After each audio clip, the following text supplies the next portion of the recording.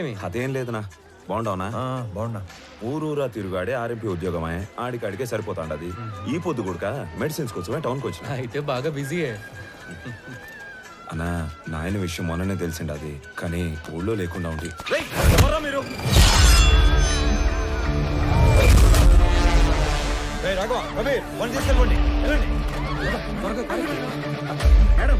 బాబు కాదు రామారావు ఉన్నాడు.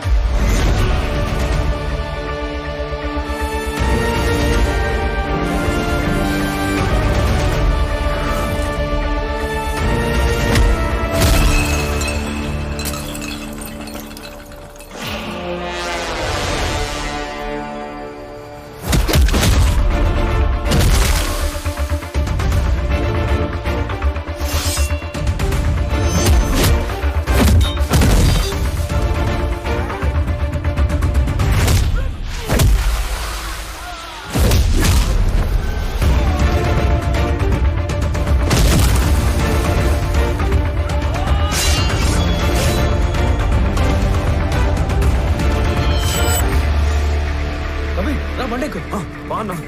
రామారావు అనేది ఇంత వైల్డ్గా ఉన్నాడు.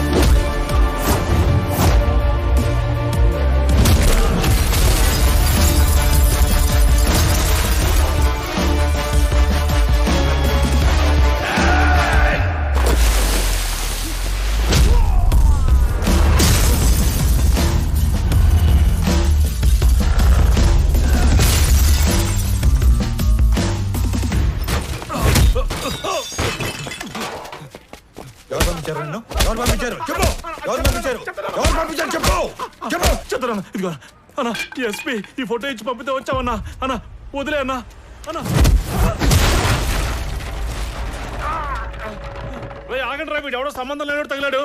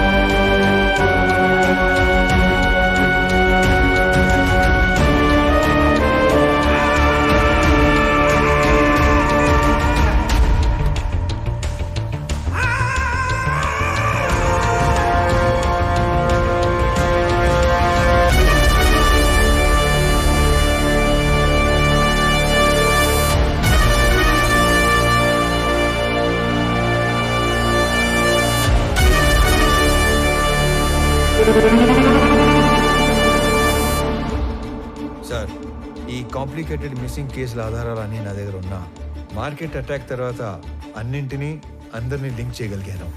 ఈ ఆపరేషన్ మాయాలో గల్లంతయింది 23 మంది వర్మ మనుషులు.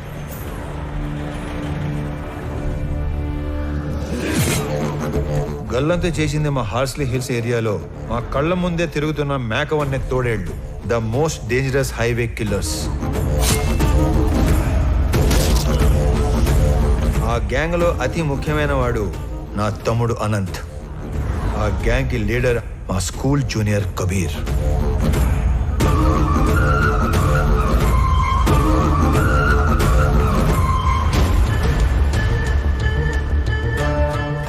హాంకాంగ్ లో ఉండే red Sandalwood smuggler Viraj the 450 టన్నుల ఏ గ్రేడ్ ఎర్ర చందనాన్ని శేషాచలంలోని కీపర్స్ దగ్గర నుంచి మంగళూరు పోర్ట్ దాకా చేర్చే సీక్రెట్ ఆపరేషన్ నేచురల్ గా ఎస్పీ సపోర్ట్ తోనే జరుగుతుంది.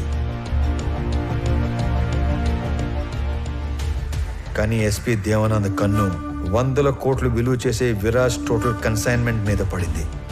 దాని రిజల్టే ఈ హైవే కిల్లర్స్ గ్యాంగ్.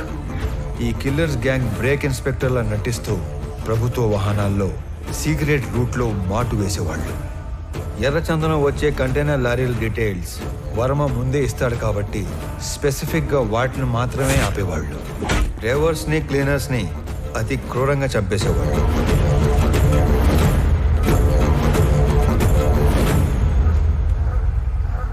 ఆఖరి కంటైనర్ తర్వాత పోర్టుకి బయలుదేరిన వర్మకి రివర్స్లో వస్తున్న కంటైనర్ కనిపించింది. వెతుకుతూ వెళ్ళిన వర్మ కిల్లర్స్ గ్యాంగ్ కంటపడ్డాడు. ఏం చేస్తున్నారా ఇక్కడ? కంటైనర్లు తొప్పేయడమేంట్రా? ఎవర్రా మీ అందరు నా కొడకలారా? నేను ఎక్కడో చూశాను రా. ఏ వర్మ, వీడిది మా పక్కూరేరా? అరే అరే అడిగి తిరిగి సంబంధం లేదురా. రే ప్లీజ్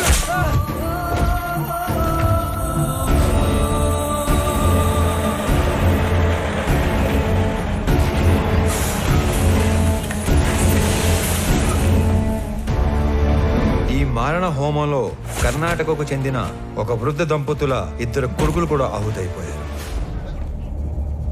అది కళ్ళారా చూసిన ఆ పెద్దాయన ఆ సమయంలో ఏమి చేయాలో తోచక భార్యని కాపాడుకోవడం కోసం అక్కడి నుంచి పారిపోయాడు.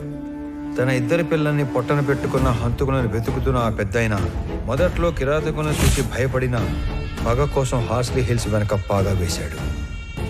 మొహం చూసిన 3 2 మత్తులో దించి చంపేశాడు. 3వ వాడైన అనంత్ని నా ప్రభుత్వ వాహనంలో తిరగటం చూసి అనంత్ని చంపడానికి నా వాహనానికి యాక్సిడెంట్ ప్లాన్ చేశాడు. నేను ఆ పెద్దాయన్ని గుర్తుపట్టి నేను అతను చేస్తున్నది ఒకే పోరాటం అని చెప్పాక అసలు విషయం బయటపెట్టాడు. అదంతా తెలుసుకునే లోపే అనంతు పోయాడు, మా నాన్న కూడా పోయాడు. ఇంతమందిని క్రూరంగా చంపింది ఆ హైవే కిల్లర్స్ అయితే ఎవిడెన్సెస్ లేకుండా క్లెవర్గా క్లియర్గా ప్లాన్ చేసింది మాత్రం ఆ SP Devanand sir. These criminal will be punished no matter what. Even though there is no evidence I will do that sir.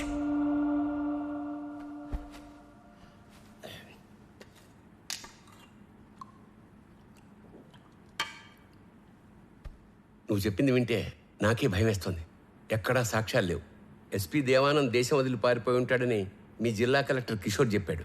Anyway CM గారు ఇమ్మీడియట్గా red sanders anti smuggling task force form చేసి special GO ద్వారా నిన్ను స్క్వాడ్గా appoint చేయమన్నారు. Just in time కదా. ఇప్పుడు నువ్వు ఏం చేయాలన్నా ఎవరిని అడగక్కర్లేదు. రేపే చార్జ్ తీసుకో. లేదు సార్, నాకు కొంచెం టైం కావాలి. అదేంటి రామారావు, ఇంత చేసి ఇప్పుడు టైం కావాలంటావేంటి? అసలు ఏం చేద్దాం అనుకుంటున్నావు? Duty sir. ఇన్నాళ్ళు ఒక గవర్నమెంట్ ఆఫీసర్గా మన చట్టాలని గౌరవించి న్యాయం కోసం డ్యూటీ చేశాను సార్. కానీ ఇప్పుడు యాజ్ అన్ ఇండివిజువల్ రామారావు గారి ధర్మం కోసం డ్యూటీ చేస్తాను. అంటే I'm going to hunt them. అసలు వేట మొదలైంది.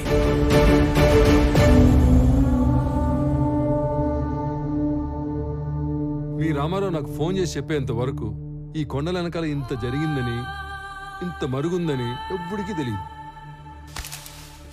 ఇదేంద్ర స్వామి, తలనోడి కింద పడుతున్నాయి. సర్లే గాని ఎరంపరం తెలియకుండా ఈ బాడీని గవర్నమెంట్ హాస్పిటల్కి చేర్చలేను.